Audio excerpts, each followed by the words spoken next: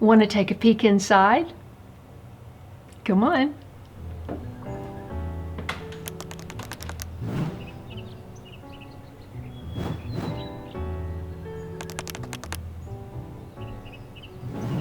Okay, this is my living room as we are showing it for sale. Now, bear in mind that over the years, this room has had 3 times as much stuff in it that it has now. I had to get rid of a lot of things that I loved, but I can't carry all those things with me, so goodbye. In this room, all of this furniture and the piano are mine, and the art. And I'm going to give you a closer look. I announced to my parents I was going to be an artist when I was 5 years old, and art has been a part of my life ever since. I have made art. I have an art degree from the University of Tennessee in studio art. I have been an artist representative. I've sold art. I've collected art. My art took a big turn in 1995 when I had my son, and all of my focus went on fine art photography. So I've done a lot with art. But guess what? In 2012, my art became my garden. And what you're seeing in here are pieces that I collected previous to the Late Bloomer Garden. This piece is by Donna Howell Sickles. She's a wonderful Southwestern artist, and this is a very rare piece where she focused on a Brahma bull. Normally it's cowgirls and horses. When I first came out to Los Angeles, I worked in a Southwestern art gallery, and when this piece came in, I said I had to have it.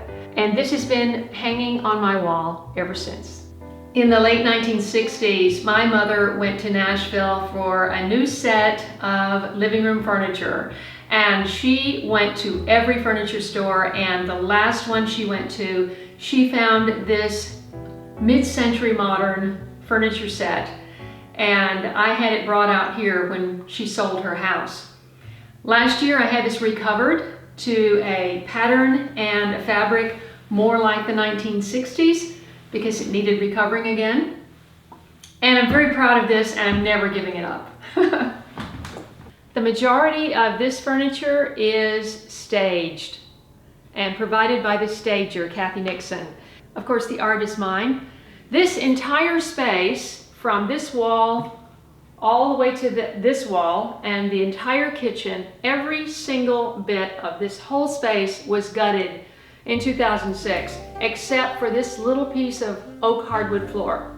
We raised the ceiling, we put in a structural beam, we took out a wall, and we made this a large space to be able to watch TV and also to eat in the kitchen. This was an entirely green renovation that took about 6 months. This created such a more livable space for us. This was a very dark wood-paneled dining room, which you only eat in the dining room once in a while. So this way, this room is open and airy, and I put all of my creative touches in it, as well as all recycled materials. Take a look.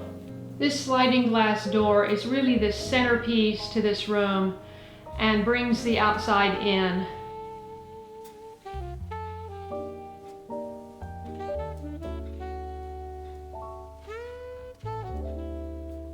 Out of all the green building materials I used in the construction, this is the most unique and favorite of mine. It's called paper stone. And it's great for desks and countertops. You can't use it for cooking, you can't put a hot pot on it or anything wet. But I absolutely love it. It's compressed paper into a stone-like material. And of course, I used a version of red. So welcome to my kitchen one more time. You've seen it many times in my Cooking from the Garden playlist. If you've never seen any of those videos, please go back and watch them. All of these appliances were replaced about 2 years ago. These are, hang on, these are Thermador appliances, and usually my cabinets are chock full of stuff, but you have to clear things out when you're selling a house. So this is what's left. Of course, my teapot. I can't live without my red KitchenAid teapot, and of course my Late Bloomer mug. I just have a few peppers around. These are actually long red Cayennes from 4 years ago, probably 4 or 5 years ago. I strung them into a necklace and wore them to a party, and then I hung them on the wall afterwards. This is my mother's china that's decorating the cabinets. In terms of recycled materials, this is called vitrazo, which is recycled quartz in a resin base. This is recycled industrial glass, these glass tiles, and the floor is recycled granite chips. The cabinets are all U.S. Forest certified, and of course everything was painted with low or no VOC paints. Now I'm talking more about what I did in my construction than what we did to prepare for the house sale, but basically all I did was clean this whole area up because I had too much stuff in it. One of my big late bloomer fans is Lauren in Berlin, and when I was in Berlin, you'll get to see that video eventually, she gave me that painting and it just barely fit into my carry-on bag, and I brought it home and put it on the wall. This is my office. You've seen it many times in live streams, and it's usually a lot messier. I work at a standing desk, which is so much better for my spine. This particular brand is called an Uplift desk, and I was able to upgrade my old iMac to an iMac Pro at the beginning of the year, so this is where I do all of my editing. And usually this is all covered with all sorts of personal things, negatives, pictures, family pictures, but you've got to clear all that out when you sell a house. So this is a mixed media piece that I did in college, and obviously it's my favorite, and it's one of the very few pieces I have hanging on the wall. This is one of my favorite photographs in my art collection, and this is by James Moore, who was a New York fashion photographer. He was also the editor of Harper's Bazaar at one time, and the assistant for Avedon. And he was my photography mentor, and he slipped into a rehearsal of one of Samuel Beckett's plays. This is Samuel Beckett, and this is the preeminent Beckett director, Alan Schneider. And he got on set and he took one frame, and this is it, and he gave me a copy.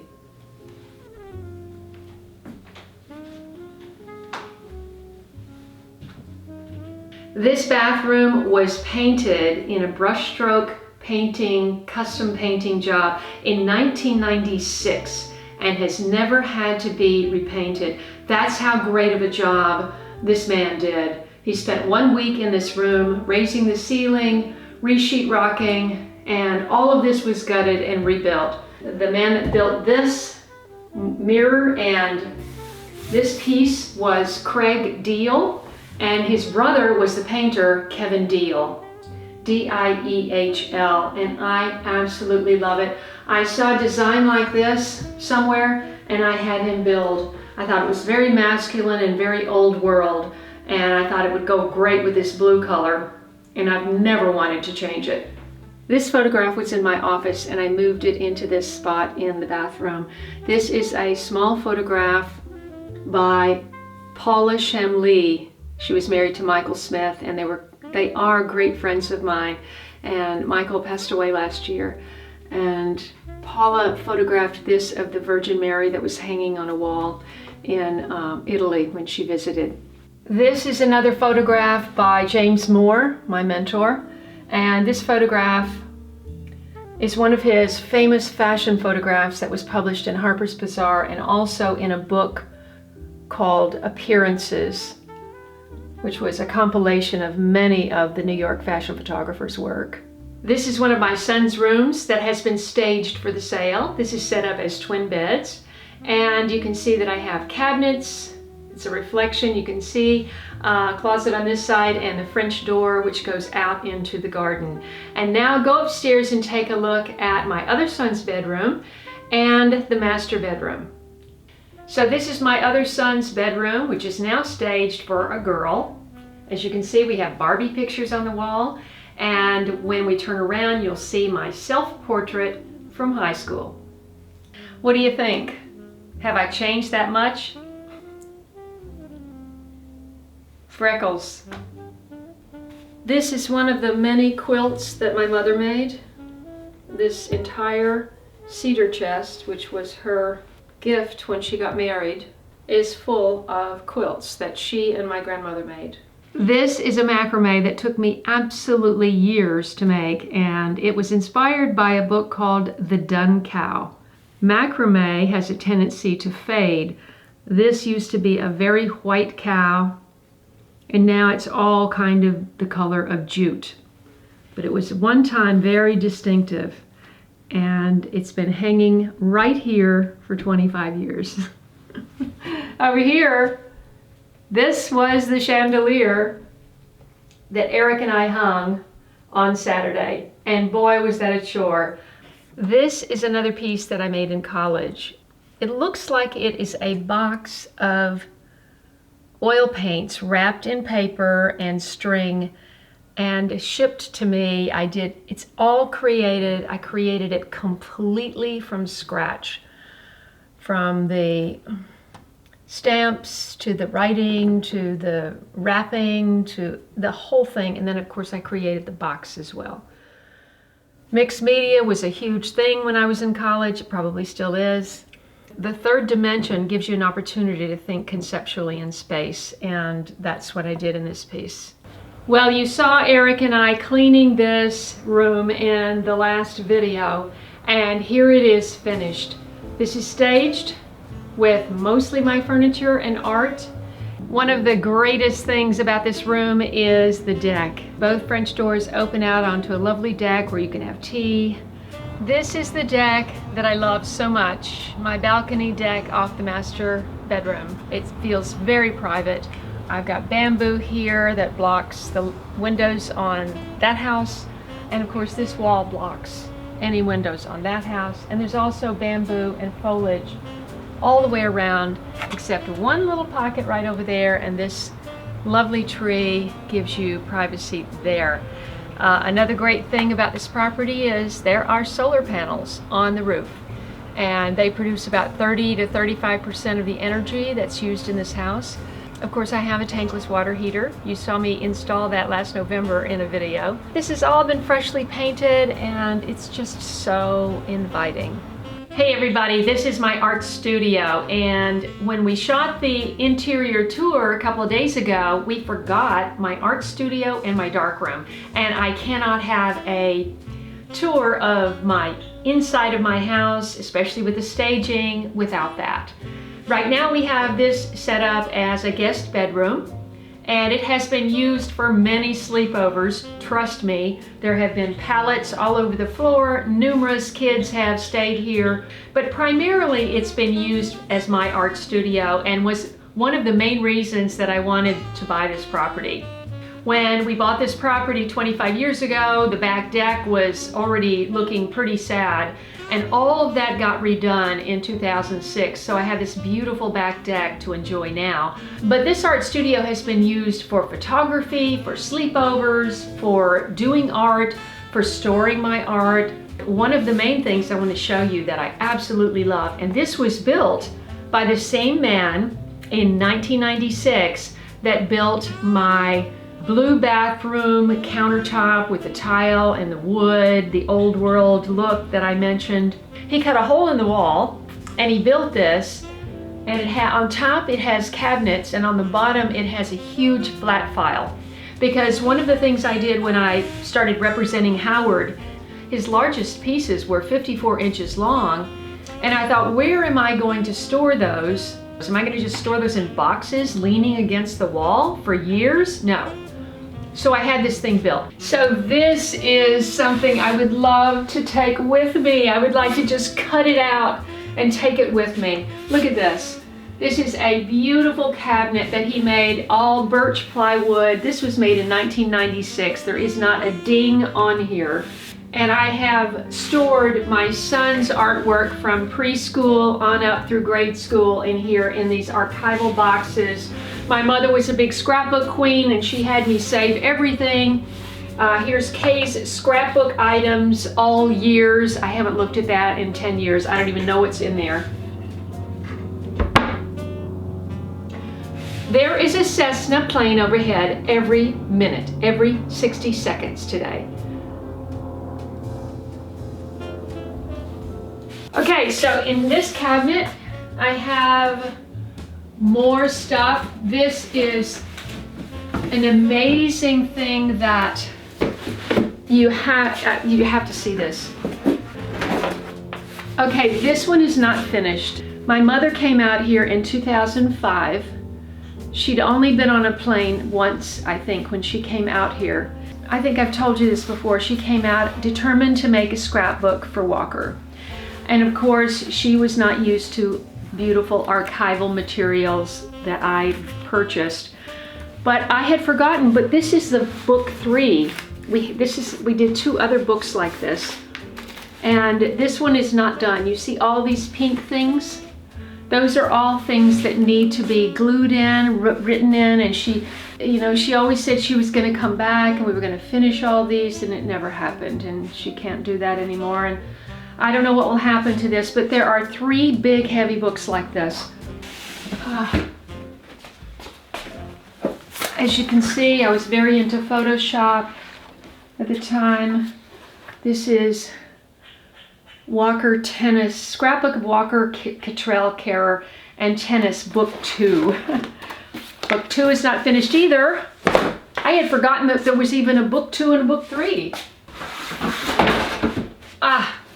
Here's Book 1. Wow. This one is finished, I believe. And yes, Scrapbook of Walker, Care, and Tennis. Started with 1998. That's when he started playing. And it is all, I saved everything from every tournament, from everything we went to, every photograph, every magazine article, everything. I would actually like very much to have the time to finish those while I'm still able. Okay, so this whole unit that he built slopes down. He actually put a little roof with shingles, with tar shingles on top. And look at this. There are 6 drawers, 6 roll-out custom drawers that will hold a 54-inch piece of artwork. And I have my college work in here. Under here I have a lot of Howard's work that never got sold, still for sale. Really wanted to spend time inviting buyers in while I had the art studio and show the art. And you know, my problem has been I just can't settle down and do just one thing. I just love doing so many things. It takes real focus to do that, and I haven't done that, and now I'm losing my art studio. So I have no idea where this art is going to be stored because I'm going into a small apartment. So anyway, what I would love to do is just cut this whole unit out and put it in a storage and save it. And I would love to save also you saw in the living area that big entertainment center where the TV is hanging over. That's all made out of bamboo. I had this company in Malibu make that entertainment center exactly to the dimensions. The left side is exactly the dimensions of a record album. And the doors just closed. There's not even a 1/4 of an inch of space. And the drawer is exactly to fit my turntable. And I have 2 drawers for CDs. They're all gone. They all got sold. Somebody said, well, you did put those on your computer, didn't you, before you sold them? And I said, no. Nope, all that music, gone. So anyway, this is my art studio, which I absolutely loved having. And in 2006, Forbo Linoleum sent me a huge flat of linoleum tiles for this green project That was one of the big bonuses I got, a freebie I got. Linoleum is 100% natural product. It's made out of linseed oil, and nothing could be more natural to put on your floors than linoleum. There was a lot extra left over, and this was just a concrete floor, and I had all of this put in with these tiles, and it made it so much nicer to work in here. Okay, my darkroom. I'm pretty sure this was a 7 by 9 foot space that I carved out of the garage.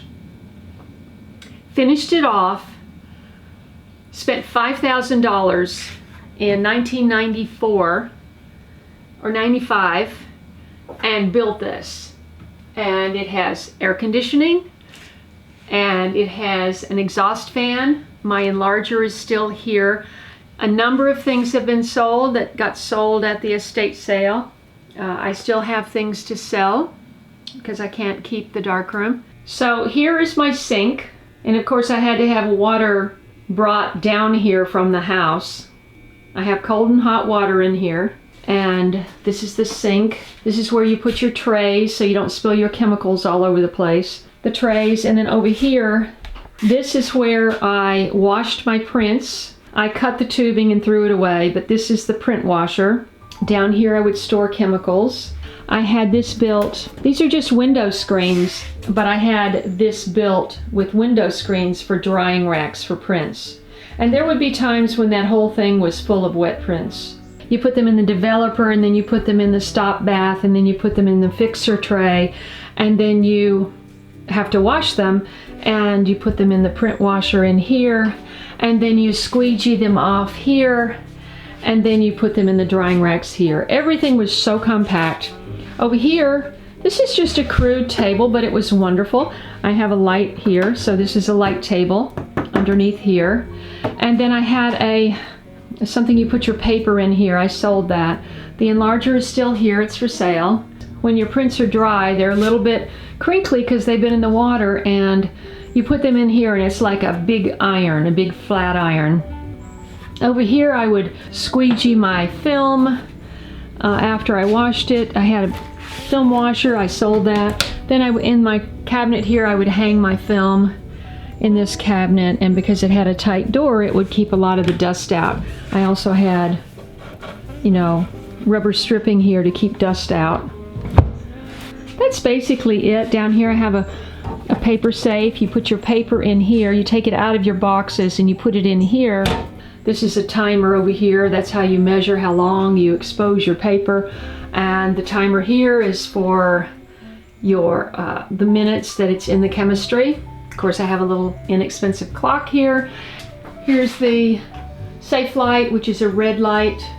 And then I keep this is like you put in a boat or something. It just knocks down the humidity because this gets closed up. But there you have it. That's basically it. I have a sump pump under here because this is lower than the sewer to the street, and so it has to go uphill to get into the sewer pipe. I'm going to really miss it. I spent 10 wonderful years out here. I had a CD player with all of John Denver's music on here, and then I would either listen to that or I would listen to NPR, Prairie Home Companion, opera, news. I really enjoyed my time in my darkroom. Thanks so much for watching this tour of the interior of my house, which is staged for sale. Thanks so much, and continue to follow my journey as I transition to Late Bloomer Garden 2.0. Thanks for watching, and I'll see you next time.